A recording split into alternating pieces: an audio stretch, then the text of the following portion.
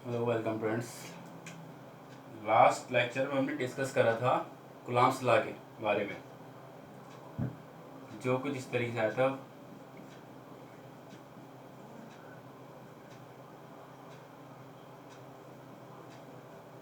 वो कुछ इस तरीके से आया था और आज बात करेंगे हम vector form of Coulomb's law. Vector form of Coulomb's law.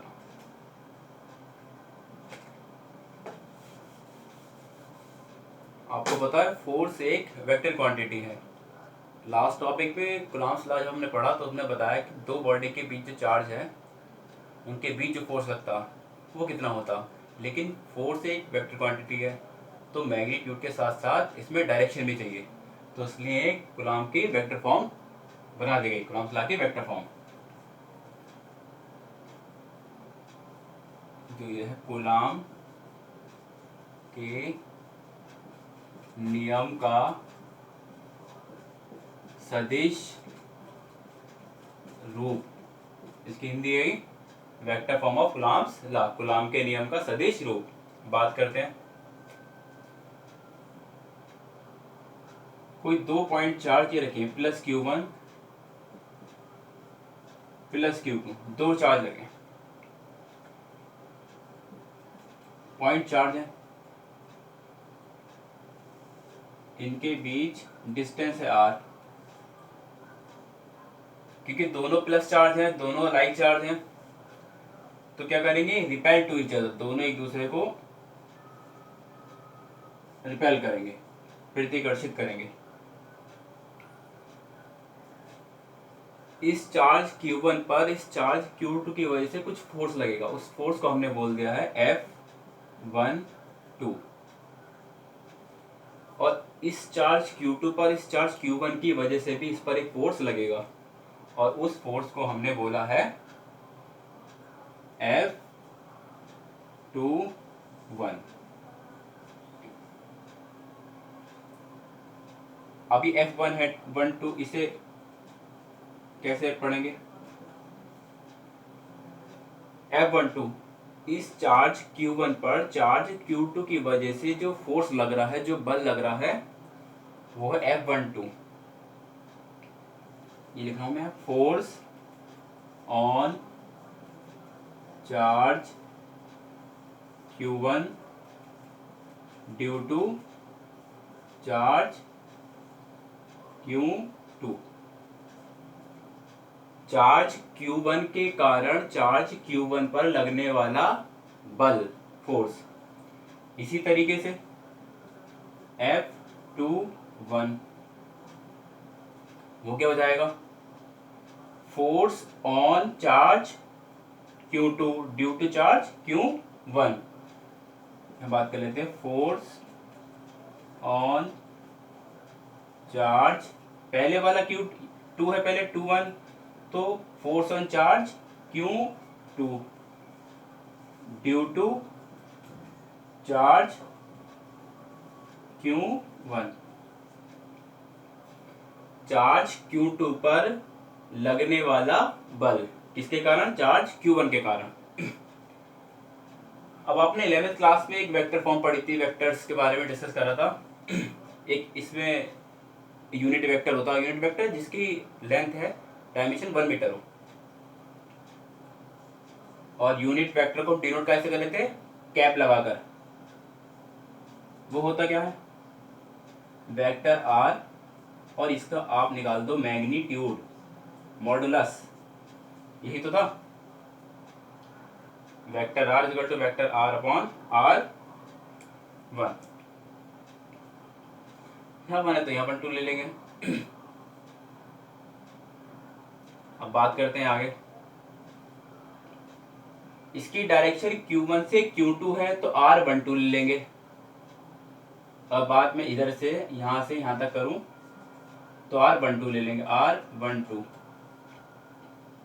तो यूनिट वेक्टर का 12 लोगे तो यहाँ पर भी 12 कर देंगे, और आप 21 लेंगे तो इसे भी आप 21 कर देंगे। इसका मतलब क्या है,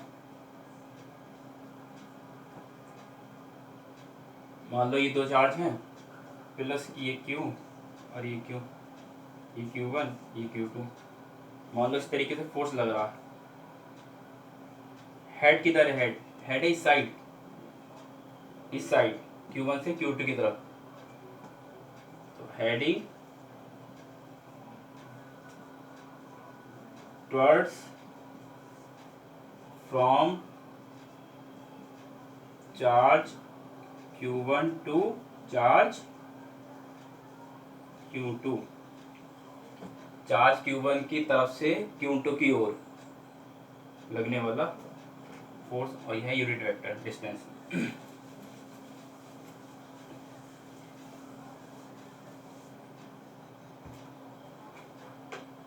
अब बात करते हैं इन दो के बीच फोर्स लग रहा, F21 निकल रहा है, F21 force on charge Q2 due to Q1, ये वाला force on charge Q2 due to Q1, यहाँ से इस चार्ज पर चार्ज से लगने वाला फोर्स, चार्ज Q2 पर चार्ज Q के कारण लगने वाला फोर्स। तो डायरेक्शन भी कैसी होगी इनकी, ये इस साइड ही होगी। क्या था आपका, बिल्कुल कूलॉम लॉ फॉलो करेंगे, K इज इक्वल टू ये K Q1 Q2 upon R square था। तो यहाँ क्या हो जाएगा, 1 से 2 की तरफ जा रहा है, from charge Q1 to Q2, तो यहाँ क्या कर देंगे 1 2, और यहाँ कर देंगे आप स्क्वायर, और इसके साथ देख लेंगे यूनिट वेक्टर, वो क्या होगा R12। अब यहाँ से यहाँ तक की जो डिस्टेंस अगर आपको निकालनी है, सीधा सीधा R लो, 1 मीटर 2 मीटर 3 मीटर सीधे सीधे लेंगे, लेकिन ये कैप कैसे निकालेंगे, तो R कैप के इसकी हेल्प से रिमूव कर देंगे, डिस्प्लेस इससे कर देंगे, K Q1 Q2 upon R12 square. R12 की जगह लिख देंगे वेक्टर R, वेक्टर आपको आता है निकालना, पावर कितनी होगी, क्यूब हो जाएगा।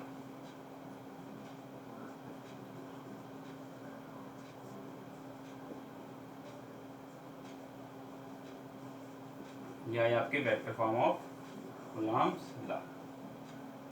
ये F21 है, ऐसे ही आप चाहो F12 निकाल सकते हो, force on charge Q1 due to Q2, K Q1 Q2 upon R21 cube.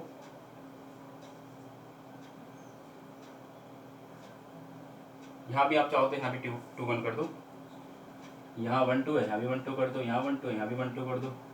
अगर ये 1 2 1 है, 1 2 वाला है, 2 1 है, ये कैसे, यह है आपकी vector form of Coulomb's law. इसमें दो चीजें सोचने वाली है, वो देखते हैं कौन कौन सी। चार्ज आपने Q1 प्लस लिया और चार्ज Q2 भी प्लस लिया। आपने चार्ज, पहला वाला चार्ज, फर्स्ट चार्ज कैसा लिया, प्लस Q1, दूसरा वाला चार्ज आपने कैसे लिया, प्लस Q2। तो आपको पता है प्लस प्लस क्या होता है, प्लस होता है, या फिर प्लस हो रहा, प्लस याद रखना है प्लस। आपने चार्ज Q1 माइनस लिया और आपने Q2 चार्ज भी माइनस लिया, तो माइनस माइनस ये भी प्लस होता। अगर फोर्स आ रहा है प्लस, फोर्स बल की वैल्यू, फोर्स की वैल्यू प्लस में आ रही है, प्लस में ये वैल्यू आपकी है, ये वैल्यू प्लस में आ रही है, तो वो फोर्स रिपल्सिव फोर्स होगा। कैसा फोर्स होगा, रिपल्सिव, प्रतिकर्षित। प्लस में वैल्यू आएगी, तो ये मैं लिख देता हूं साइड में, यहाँ साइड लिख रहा हूं, ये आप नोट कर लो।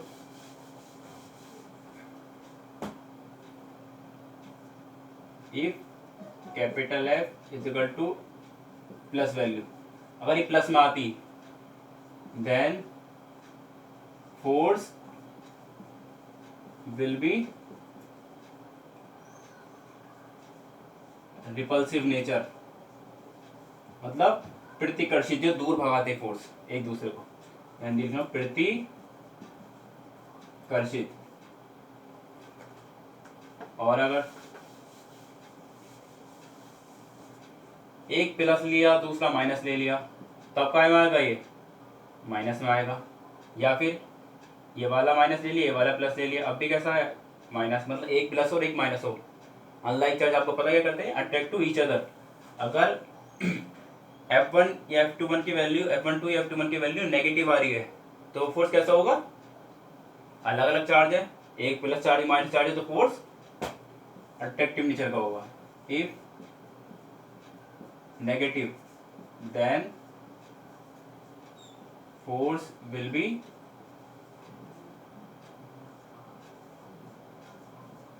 अट्रैक्टिव इन नेचर,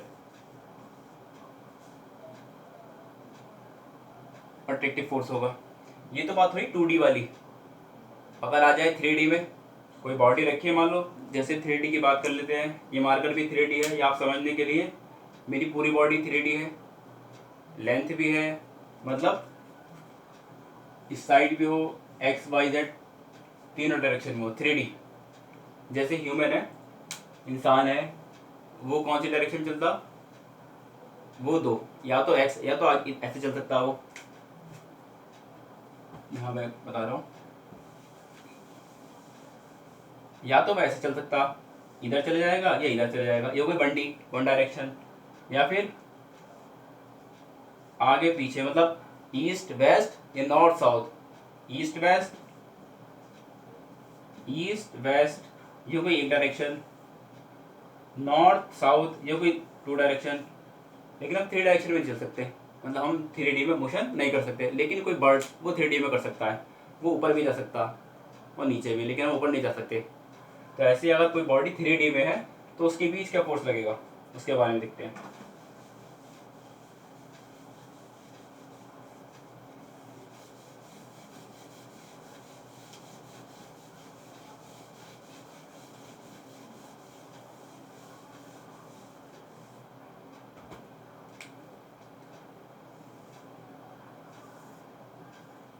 ये एक्स डायरेक्शन, ये वाई डायरेक्शन, ये है ओरिजिन, मूल बिंदु। ओरिजिन क्या होता, ओरिजिन ये हम यहाँ से सारी चीज़ें डिस्टेंस मेजर करेंगे, सारी चीज़ें जितने भी डिस्टेंस लेंगे। मान लो ये चार्ज प्लस Q1 है, ये चार्ज प्लस Q2 है, यहाँ से यहाँ तक की डिस्टेंस R1, यहाँ से यहाँ तक की डिस्टेंस R2, तो यहाँ से यहाँ तक की डिस्टेंस कितनी होगी, आपने पढ़ा है 11वीं क्लास में वेक्टर फॉर्म,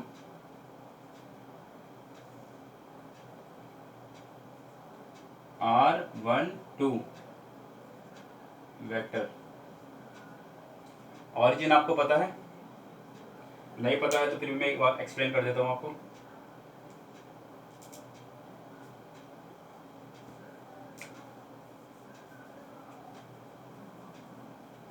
अगर मैं कहूँ आपसे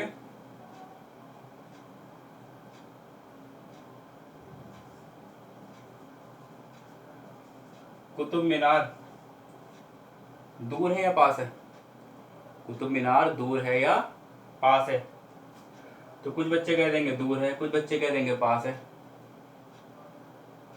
जो बच्चे कह रहे हैं पास है उनके लिए 2 कंडीशन, जो बच्चे कह रहे हैं कुतुब मीनार पास है उनके लिए 2 कंडीशन।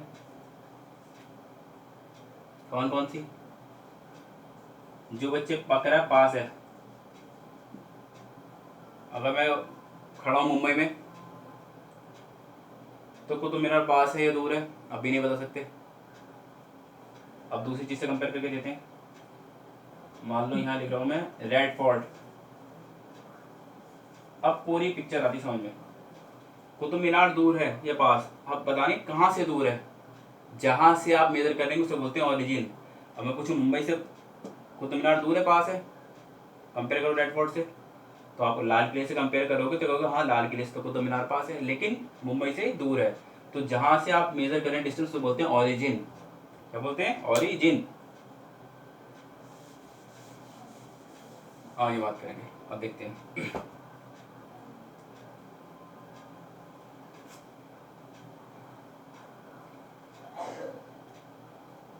अब ये R1 plus R12 is equal to R2, ये आपने पढ़ा ही। यहाँ से R12 की वैल्यू बताओ क्या आएगी। R12 R2 R1 प्लस में है, उधर जाकर के माइनस में हो जाएगा, तो यहाँ 12 की जगह यहाँ रह गया 12।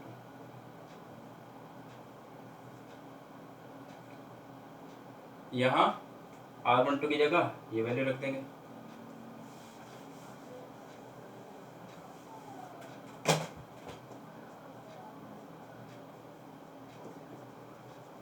Q1 Q2 R12 की जगह R2 vector minus R1 vector whole cube, और यहाँ पर भी आप देख सकते हैं R2 माइनस R1,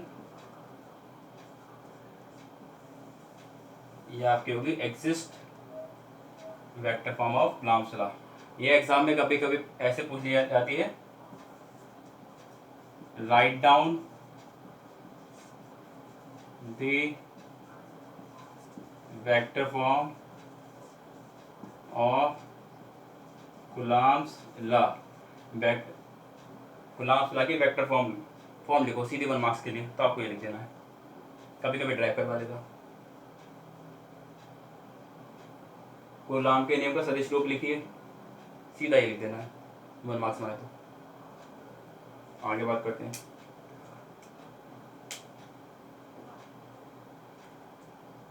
आगे बात करेंगे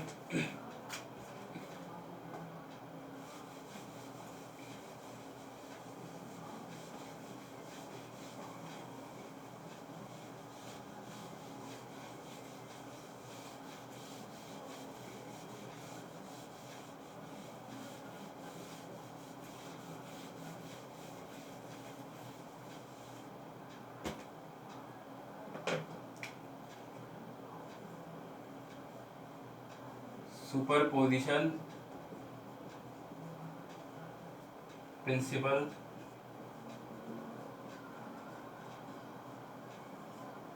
ऑफ चार्जेस,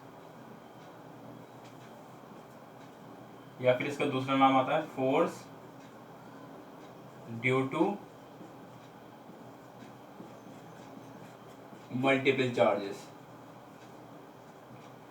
बहुत सारे चार्ज के कारण लगने वाला बल, वो आपको बताना है कैसे लगेगा, क्या होता।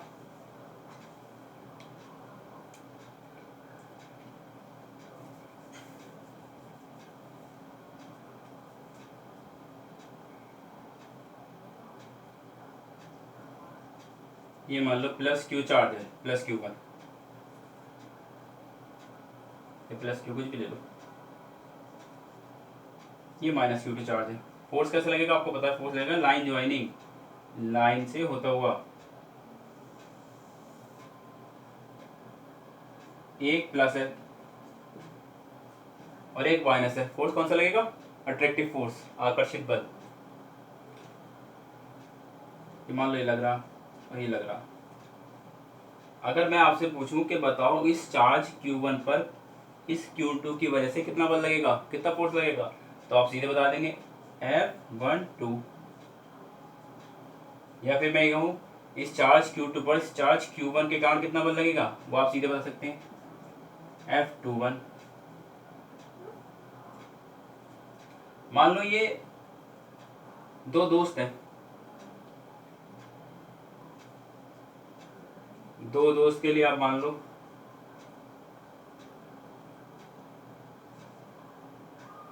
कुछ भी नाम ले लो, चलो मान लो एक लिया, एक सोनू है और एक सुनीता है। ये दो दोस्त है, पक्के दोस्त है, एकदम बेस्ट फ्रेंड। इनके बीच जो इस टाइम फोर्स लग रहा है, मान लो इनके बीच डिस्टेंस भी R है। अब कोई नया आया,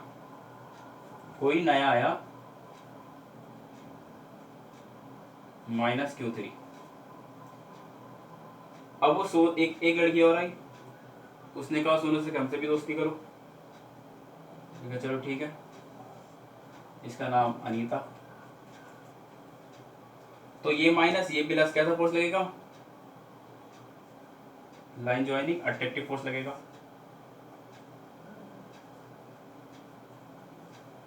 अब इस Q1 पर इस Q3 की वजह से कितना फोर्स लग रहा? कितना? F13। तो बस इसमें आपको ये बताना है कि पहले जो Q1 Q2 के बीच फोर्स लग रहा था, अब तीसरे के आ जाने से क्या इन दोनों के बीच लगने वाले फोर्स पर कुछ इफेक्ट पड़ेगा, कुछ प्रभाव पड़ेगा या नहीं?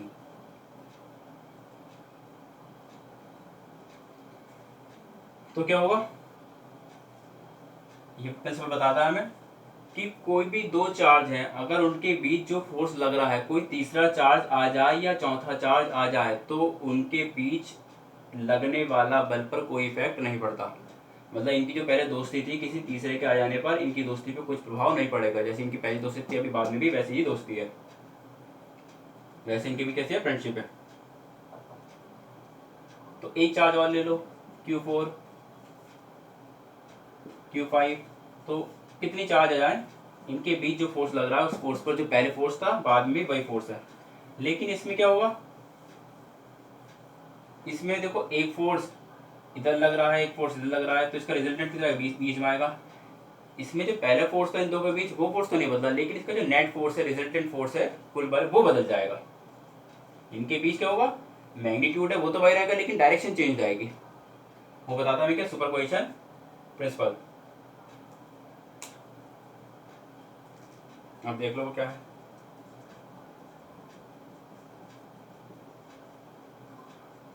मान लो ये क्यू चार्ज है ये। अब यहाँ पे सारे चार्ज जोड़ दो, सारे चार्ज जोड़ दो। कैसे चार्ज है? All point charge. Point charge का मतलब होता है वो चार्ज लेना है जिसका कोई भी इलेक्ट्रिक फील्ड ना हो। इलेक्ट्रिक फील्ड क्या होता? इलेक्ट्रिक फील्ड, मान लो यहाँ मैंने कोई मैग्नेट रख दी, ये मैंने कोई चुंबक रख दी मैग्नेट, तो अब कोई दूसरी मैग्नेट लाए, तो ये मान लो यहाँ है, अगर लाइक पोल है, जैसे पोल है, तो क्या करेगी? दूर दूर भेज देगी इस मैग्नेट को। तो इसका एरिया इतना है, यहाँ भी कोई दूसरी मैग्नेट आएगी या कोई आयरन आएगा, तो क्या करेगा? वो फील करेगा, वो फोर्स फील करेगा, या तो रिपल्सिव या अट्रैक्टिव फोर्स फील करेगा। तो ऐसे ही इसमें होता है पॉइंट चार्ज में, इलेक्ट्रिक चार्ज। इसकी भी कोई फील्ड होती, बात करेंगे आगे कि यहाँ से आपने देखा कभी कभी वायर जो आप इधर अट्रैक्ट कर लेते हैं, तो उनकी फील्ड होती है वो। तो पॉइंट चार्ज ऐसे लेना है जिसकी कोई भी फील्ड ना हो, बिल्कुल छोटा सा चार्ज, एकदम छोटा सा चार्ज ले लेंगे। अब ये वाला चार्ज तो क्या, क्यों ये, अब इन सारे चार्ज को मिला लेंगे। मान लो Q1 बना, उसका Q डैश बना, और उनके बीच की डिस्टेंस लो आप R माइनस आर डैश, और R माइनस आर डैश का क्यूब। ये जो होगा आपका, ये सुपरपोजिशन प्रिंसिपल में आपका चला जाएगा। ये मॉडुलस है। आगे बात करते हैं।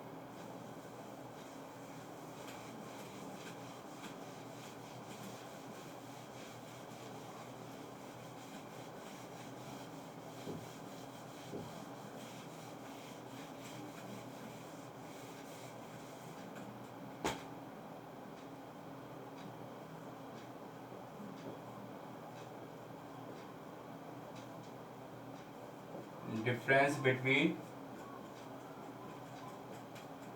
Electrostatic force and gravitational force. आपको इलेक्ट्रोस्टैटिक फोर्स और ग्रेविटेशनल फोर्स के बीच अंतर बताना है। वैद्युत बल, स्थिर वैद्युत बल और गुरुत्व आकर्षण बल के बीच अंतर बताना है।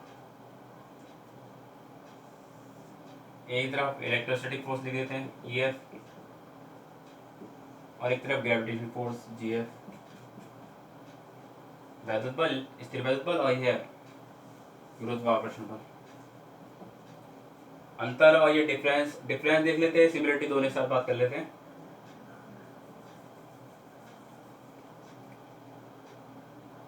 पहले मैं एक चीज लिख दूं, F इज इक्वल टू 1/4 पाई के एप्सिलॉन नॉट, के या एप्सिलॉन, के या के आर, ई आर लिख दो, epsilon R Q1 Q2 upon R square. और ये क्या होता है, F is equal to G M1 M2 upon R square. G क्या है, ग्रेविटेशनल, यूनिवर्सल ग्रेविटेशनल कांस्टेंट, आपने पढ़ा है। दोनों क्या कर रहा है, दोनों देखो, इसमें अपॉन में आर स्क्वायर है, इधर भी अपॉन में आर स्क्वायर है, तो क्या हुआ, both force follow inverse square law. इनमें चार्ज Q1 चार्ज Q2 में मल्टीप्लाई होने के बाद वो भी फोर्स के proportional, you can say that. और यहाँ पर भी मास M1 मास M2 दोनों मल्टीप्लाई के फोर्स M के डायरेक्टली प्रोपोर्शनल है। एक पॉइंट ये हुआ आपका। या फिर अगला पॉइंट देखिए, इलेक्ट्रोस्टैटिक फोर्स अट्रैक्टिव भी हो सकता है और रिपल्सिव भी हो सकता है, लेकिन ग्रेविटेशनल फोर्स कैसे होता, only attractive. It can be repulsive, repulsive मतलब प्रतिकर्षी, जो बल दोनों एक दूसरे को प्रतिकर्षित करते हैं। It can be repulsive and attractive in nature. ये आकर्षक भी और प्रतिकर्षित दोनों हो सकते हैं, लेकिन ये कैसे होता, सिर्फ अट्रैक्टिव होता। It is always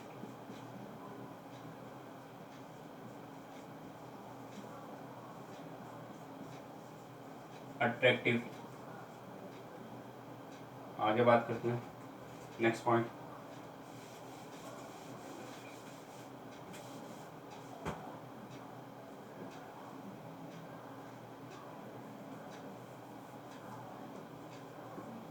it can be operate vacuum and medium, और ये भी, इट इज आल्सो, ये भी आपका इस पर मीडियम इफेक्ट डालता है। मीडियम कैन बी इफेक्टिव, मतलब दो चार्ज के बीच आपने ऑयल डाल दिया, वाटर डाल दिया, वैक्यूम रख दी, तो इन दोनों के बीच फोर्स लग रहा है, उसमें कुछ वैल्यू में चेंज हो जाएगा, लेकिन ये मीडियम पे डिपेंड नहीं करता। It is not depend on medium. Moon और अर्थ के बीच जो फोर्स लग रहा डिपेंड नहीं करता कि बीच में कौन सा मीडियम है, फोर्स जो लगेगा वो लगेगा। मीडियम मतलब आपको पता है, माध्यम, माध्यम आपको पता है। जैसे मान लो मून पर कोई ब्लास्ट हो, यहाँ तक आवाज आएगी नहीं आएगी, आपको पता, sound need to be medium to propagate, चलने के लिए साउंड को मीडियम चाहिए, तो हमें आवाज आएगी नहीं। ये आपके कुछ पॉइंट हो गए। इसके लिए कुछ लिमिटेशन होती है इलेक्ट्रोस्टैटिक फोर्स के लिए। ये पॉइंट चार्ज होना चाहिए, तो छोटे छोटे चार्ज रखे हों, Q1 और Q2 बहुत छोटे छोटे चार्ज हो, इनका कुछ इलेक्ट्रिक फील्ड ना हो, रुके हुए हों, चल रहे हों चार्ज, इनके बीच की जो डिस्टेंस है वो 10⁻⁻15 मीटर से ज़्यादा होनी चाहिए, वरना न्यूक्लियर फोर्स आपको पता है वर्क करने लगेगा, डोमिनेट करवाएगा किसे, इलेक्ट्रोस्टैटिक फोर्स को। और एक पॉइंट और देख लेते हैं,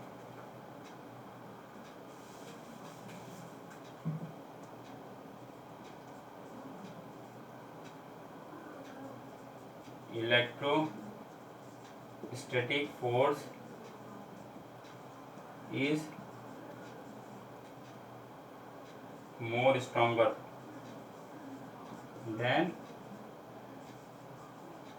gravitational force। इलेक्ट्रोस्टैटिक फोर्स, स्थिर वैद्युत बल, ग्रेविटेशनल फोर्स से बहुत ज़्यादा स्ट्रांग होता। कितना? It is approximately 10⁻36, 10⁻36 time stronger. कितना स्ट्रॉन्ग होता है? 10⁻36 टाइम स्ट्रॉन्ग होता है ग्रेविटेशनल फोर्स से। ग्रेविटेशनल फोर्स आपने देखा है, ये भी कितने टाइम की स्ट्रॉन्ग है, कितने टाइम स्ट्रॉन्ग। तो आपको पता है कुछ भी चीज़, कोई हैवी चीज़ है, कुछ भी आप इसे ज़्यादा देर तक रोक नहीं सकते, हाथ दुखने लगेगा। तो ये सोचिए कितना, ये वाला फोर्स कितना स्ट्रॉन्ग होगा। आज यहीं रुकते हैं, बाकी बात करेंगे आगे।